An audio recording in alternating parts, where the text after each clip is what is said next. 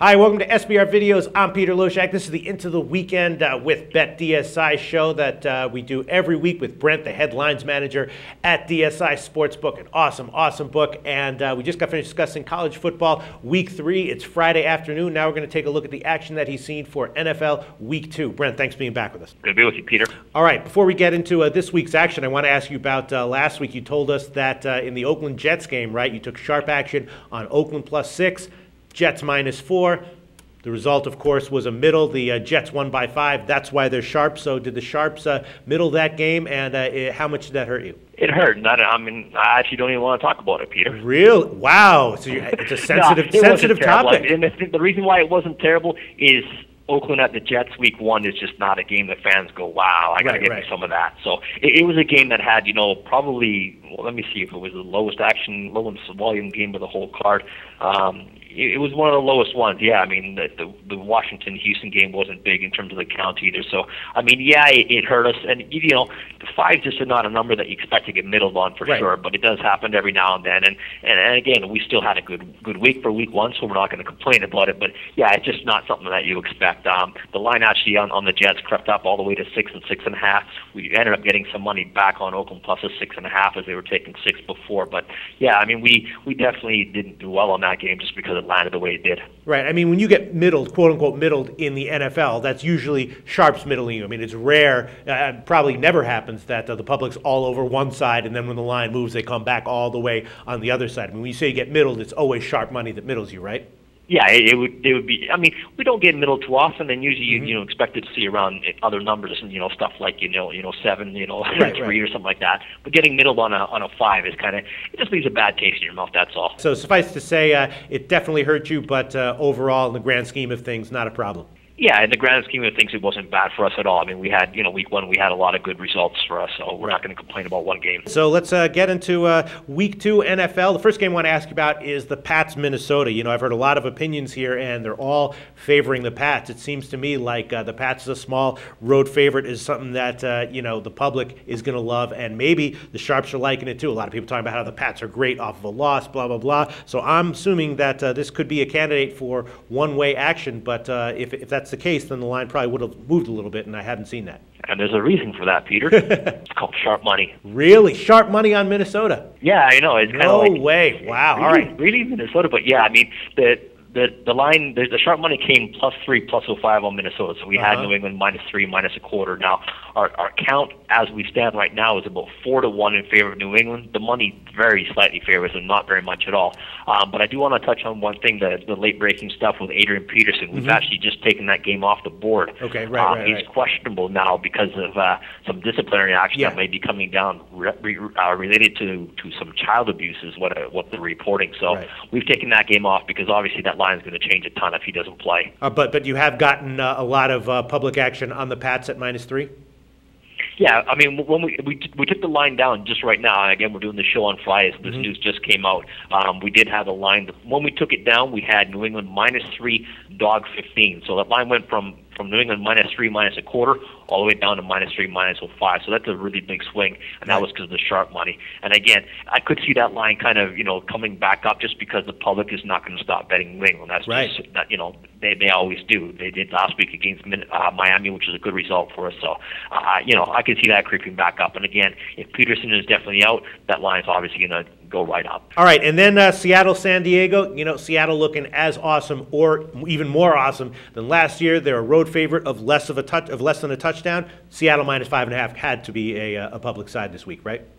Yeah, I mean, we're sitting at 6 right now on Seattle. They're at San Diego. And this is a situation where, I mean, if you're going to feel a little bit comfortable, you definitely want to have the home dog when you're catching as many points as San Diego is right now. And, I mean, they looked decent, last week against Arizona. They couldn't get the job done, but they hung tough with a good Arizona team. But our count on Seattle is about 2-1. The money favors them roughly the same way, just a little bit less than 2-1 in favor of Seattle. So, I mean, there's no surprise there at all. At this point, I don't have any sharp action either way, not the side, not the total, nothing. We're sitting Seattle -6 and a total of 44 right now. All right. Well, I think that's my first thought is that's pretty telling that the Sharps didn't come in on San Diego as a home dog. I would have expected more of a public lean on Seattle. Then I would have expected you'd be more lopsided, but I guess not really.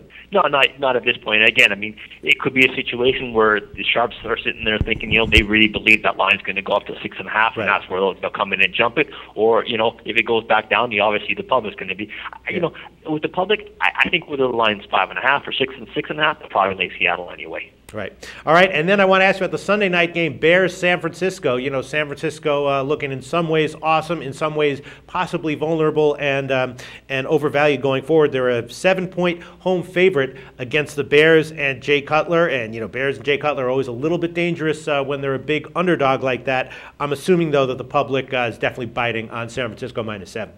Yeah, the public's definitely on San Francisco, and this is one of those, the good situations where we have a sharp public split, because Chicago +7 was sharp plays. Really? The line's kind of been bouncing around, around, right now we're sitting a 7-15, and they've kind of stayed away from the -115.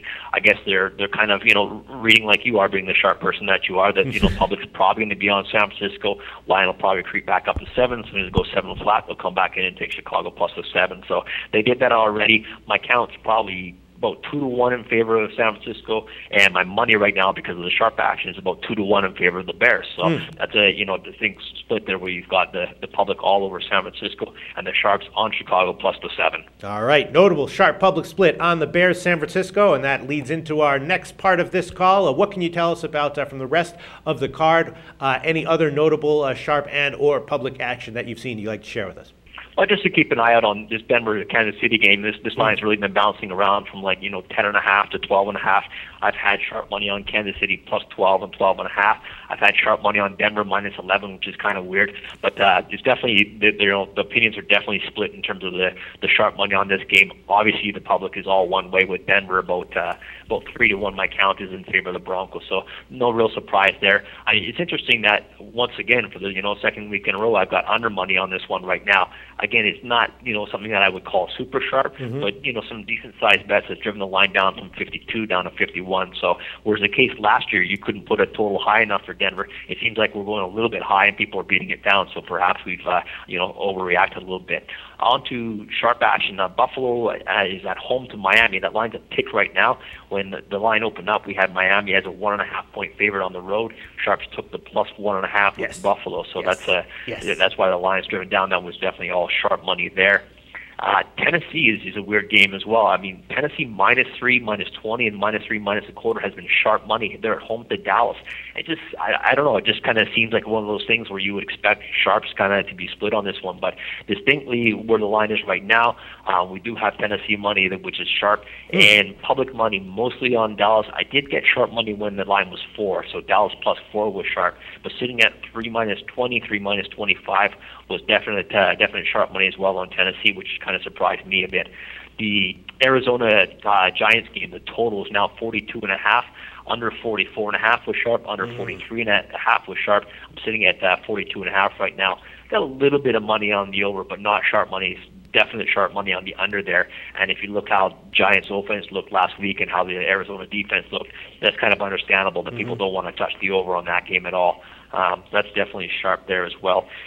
Jets and Green Bay. I'm surprised I actually got sharp money on the Jets +8. Now we're still at -8 on Green Bay. I did take sharp money on Green Bay -7, -115. The count's about 3-1 in favor of Green Bay. My money's still about 3-1 in favor of Green Bay. But it was interesting that any sharps did come in at the Jets +8. It just kind of looked like a line where the sharps wouldn't get involved, but well, at least not on the dog.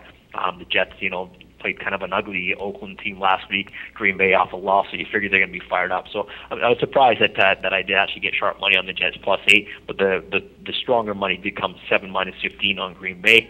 And what else am I looking at here? Detroit. Detroit's another game where we're kind of split. We're 2.5 right now on Carolina. Carolina's at home. This is one of those games where I got kind of sharp money both ways. 2.5 on Carolina was sharp.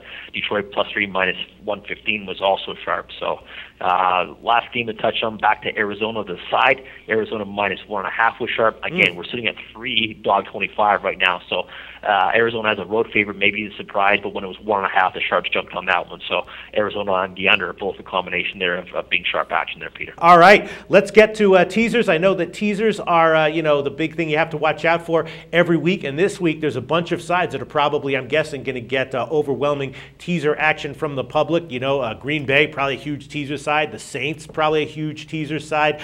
San Francisco, probably a huge teaser side. So I'm assuming that that's the case, and that if all those legs hit, then you could take a hit in terms of the public winning in a lot of teasers. Yeah, I mean, you touched on a few of the teams that we have the most teasers on. Obviously, San Francisco. Again, see, the line has a lot to do with it, of course. I mean, you're looking at San Francisco -7 points, so you do a 6.5 point teaser. It's down to, it's down to like 6.5 or a half point. Green Bay, same thing, sitting at home -8. You tease them down to like 1. You're thinking basically they just have to win outright. So, they call them teasers for a reason, but stuff sure looks good on paper. San Francisco's a big teaser team. Denver, Green Bay, Seattle, of course, New Orleans, New England.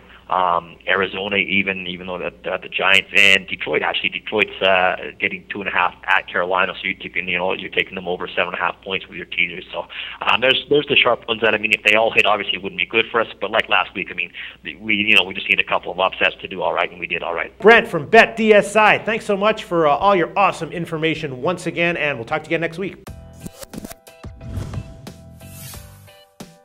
The SBR Network offers free sports picks and game breakdowns, big money free betting contests year-round, a real-time Vegas-style odds monitoring service, and much more. So come see for yourself.